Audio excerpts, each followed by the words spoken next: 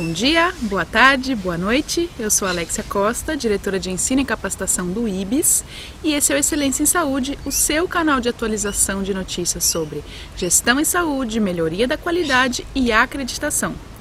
Você possivelmente está me ouvindo pelo iTunes ou então me vendo pelo YouTube, né? E esse é um método que o IBES conseguiu implementar para que todo mundo que curte e acompanha as nossas postagens possa realmente se atualizar no dia a dia com estudos relacionados à melhoria da qualidade, à segurança do paciente, que a gente traz para você. Estudos estes que são selecionados com muito carinho, através do impacto que eles causam e através daquilo que eles poderiam melhorar nas organizações de saúde, tá? O episódio número 4, que é o episódio de hoje, vai abordar um artigo que foi publicado no JAMA, né, que é uma das revistas aí de maior impacto mundialmente, que avalia a efetividade dos programas de redução de readmissões hospitalares, tá? Na verdade, nesse estudo, os autores acompanharam a revisão de 4 outros estudos, né, que eu vou citar cada um deles, e fizeram um consenso de quais são as práticas mais importantes para se diminuir as readmissões, as reinternações hospitalares. Então foram 4 importantes estudos e o primeiro deles é de Auerbach e colegas, né? Então eles analisaram cerca de 1.000 pacientes que foram readmitidos em até 30 dias de internação, esse foi o corte que os autores deram, e avaliaram esses dados em 12 instituições, 12 hospitais americanos, né? Então dados aí bastante em grande volume. Eles avaliaram isso através de revisão de casos, né, dos prontuários, e determinaram os fatores que contribuíram para essas readmissões, né?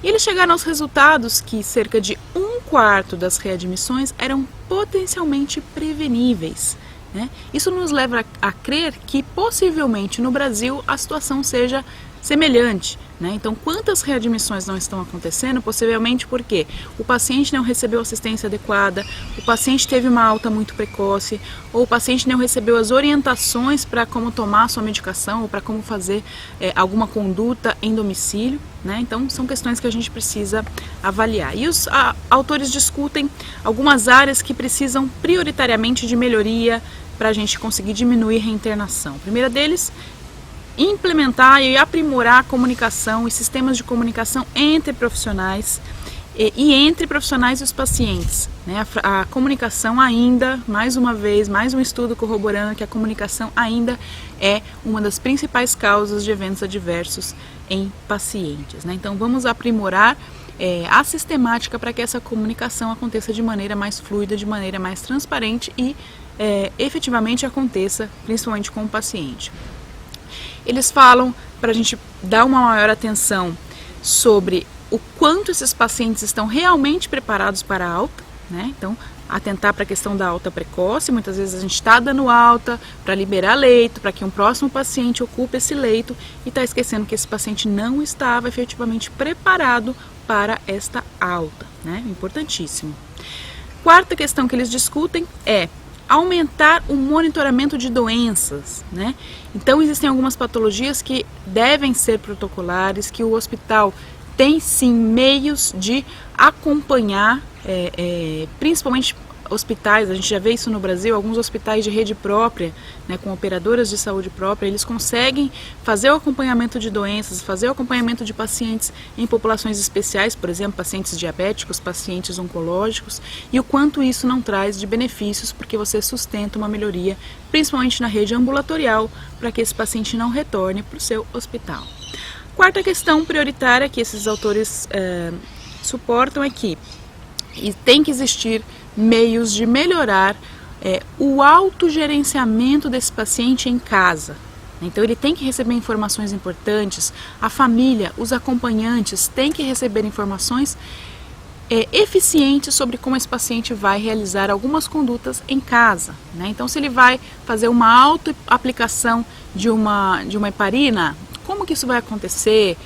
Será que ele sabe? Será que ele já fez alguma aplicação de injetável antes? Se vai ser a primeira vez que ele vai estar usando uma insulina, alguém tem que ensinar para ele como que isso é feito. Não só as questões de medicações, mas dispositivos, drenos, né?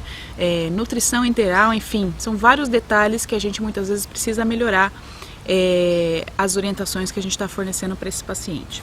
Esse foi o primeiro estudo. O segundo estudo é de Donze e colegas, né? Eles validaram uma ferramenta de estratificação, uma ferramenta de triagem para pacientes com risco de readmissão, né? Eles chamaram essa ferramenta de Hospital Score. Eles avaliaram nada mais, nada menos de que 117.065 pacientes adultos usando esta ferramenta. Então, uma amostra bastante grandiosa, uma amostra bem relevante para que a gente entenda que esses resultados realmente são impactantes. Esses quase 120 mil pacientes foram avaliados em 9 hospitais e em 4 países, né? Então, a gente conseguiu aí uma variabilidade grande de população. E eles contam que esse Hospital Score é uma ferramenta que avalia alguns critérios, por exemplo, hemoglobina, se teve ou não alta de um serviço oncológico, níveis de sódio, enfim, vários critérios aqui, tempo de permanência, que compõem um quadro de triagem para avaliar se esse paciente realmente tem uma readmissão que poderia ser prevenível. O que eles encontraram? Que esse índice identificou sim pacientes com risco de admissão em até 30 dias, né? Eles falaram que a calibração, né, dessa ferramenta é excelente, né, que os critérios são muito bem escolhidos e que novos estudos adicionais, possivelmente de coorte, vão realmente validar essa ferramenta como uma ferramenta interessantíssima para a gente poder usar mais para frente em todos os países, né? Bacana essa notícia. O terceiro estudo é o estudo de Zuckerman e colaboradores. Eles avaliaram, né, um programa de redução de readmissões hospitalares lá do Obama, né, lá nos Estados Unidos, um programa do Affordable Care Act, né, que é aquele programa que os Estados Unidos implementaram há alguns anos, focados no Medicare e no Medicaid, né, uma reestruturação do sistema de saúde, onde eles penalizam aqueles hospitais que têm altos índices de reinternação. O que esses autores avaliaram da implementação para cá? Que as taxas de reinternação efetivamente caíram de abril de 2010, que foi o período da implantação desse programa, até agora. E que, apesar da queda não ser mais tão acentuada como foi no início, ainda os resultados são bons e merecem aí um acompanhamento maior. O último estudo de Jenk e colegas reportou uma intervenção num centro médico americano que tinha como foco pacientes com alto risco de alta, né? E com alto risco de reinternação, né? Então eles classificaram esses pacientes e as intervenções eram 5, né? 5 intervenções que eram sistemáticas para todos esses pacientes que eles consideraram de alto risco. Primeira delas, uma assistência personalizada para aquele paciente, para aquelas morbidades que ele apresentava. É mais uma prática do que a gente chama tanto, né, de cuidado centrado no paciente, né? Então eles sistematizaram práticas para isso. Segunda etapa, educação, né? Fortaleceram a educação dos profissionais para com o paciente. Então o paciente ficou mais empoderado de informações para que ele realmente não sofresse a readmissão. Reconciliação medicamentosa foi uma prática obrigatória nesse estudo, então eles conseguiram avaliar que realmente há reconciliação, a identificação de medicamentos que esse paciente tomava e a incorporação dessas medicações na prescrição atual foi bastante interessante, bastante eficaz. Eles realizaram também follow-up, né, seguimento telefônico desses pacientes depois que eles foram para casa e entenderam que isso também era uma prática que trazia benefícios, né, perguntando para esse paciente como ele estava, se ele tinha algum problema depois dessa alta, se o hospital poderia resolver esse problema de alguma outra maneira que não fosse apenas readmitindo esse paciente. E o link para recursos da comunidade, né? Fazer uma interação maior entre esse hospital e a comunidade e, mais uma vez, estimulando aí práticas educativas. Esse estudo foi avaliado em mais de 100 mil pacientes, né? E eles chegaram à conclusão que com essas 5 práticas, eles conseguiram reduzir 9,3% das readmissões. Um número bastante grande, um número de grandioso impacto. Tá?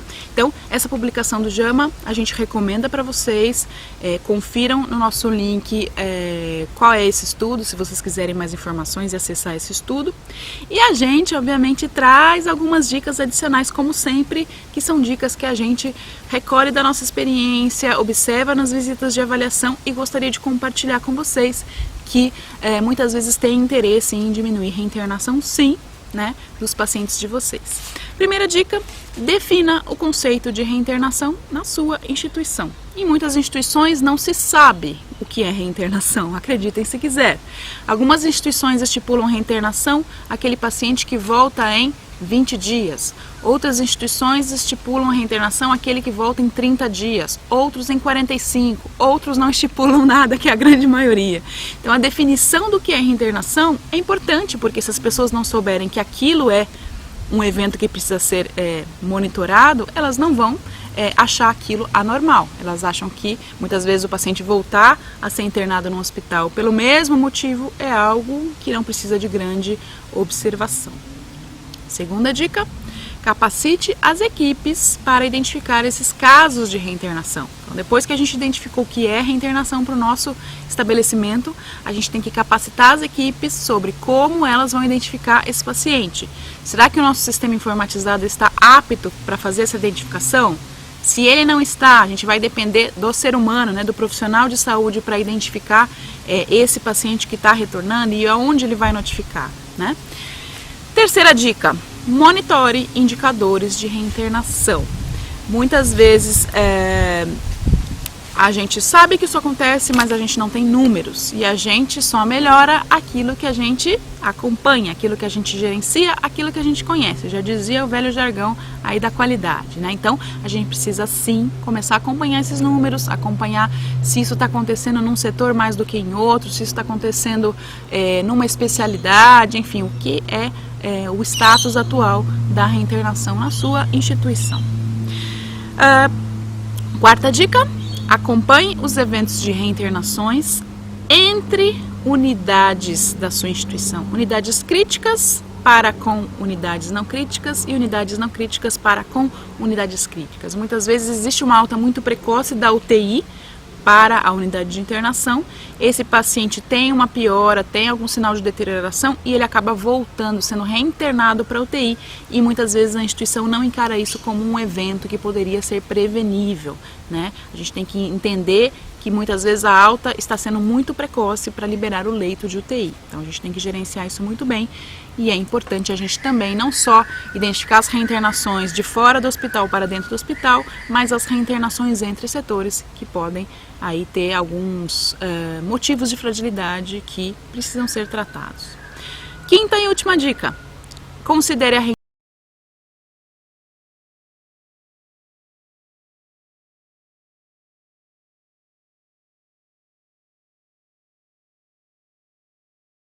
ocorrência, porque ele teve uma complicação que não foi uma complicação gerada por uma má assistência ou por falta de orientação, era uma questão relacionada ao quadro clínico dele, né? Então a gente precisa identificar quais são esses casos, identificar quais são preveníveis, notificar e tratar esses casos, tá? Entender o problema para que a gente consiga solucionar esse problema ou pelo menos diminuir a incidência desses casos de reinternação. Ok? Espero que vocês tenham gostado. O estudo de hoje foi bastante rico em informações. Você que está acompanhando a gente pelo YouTube, no podcast, pelo YouTube, nos vídeos, não esqueça de curtir, se você gostou do vídeo, né? Compartilhar, se você quer que isso seja passado, essas informações sejam passadas para mais pessoas, ou então marcar algum amigo seu, algum colega de trabalho, enfim, que você entenda que deve acompanhar esse tipo de notícia, esse tipo de dicas que a gente está provendo para esse assunto, que é o assunto da reinternação. Tá? Se você estiver nos ouvindo no iTunes, não esqueça de classificar se você gostou ou não gostou desse vídeo com as estrelinhas que você tem aí para classificar o nosso produto, né? Um produto que está sendo oferecido para você gratuitamente pelo IBS, em parceria com o IBS Knowledge in Healthcare, para você conhecer um pouco mais desses estudos que impactam em segurança do paciente, que impactam em melhoria da qualidade da assistência, né? Então, venham com a gente, acompanhem o nosso canal, que a gente juntos vai fazer dessa assistência à saúde no Brasil uma assistência melhor, uma assistência mais segura. Eu acredito nisso e tenho certeza que você também acredita que a gente pode juntos mudar o conceito de segurança do paciente, o conceito de assistência à saúde com eficiência, com eficácia no nosso país. Obrigada pela sua audiência, a gente se vê no próximo vídeo, tá bom? Um abraço, tchau, tchau!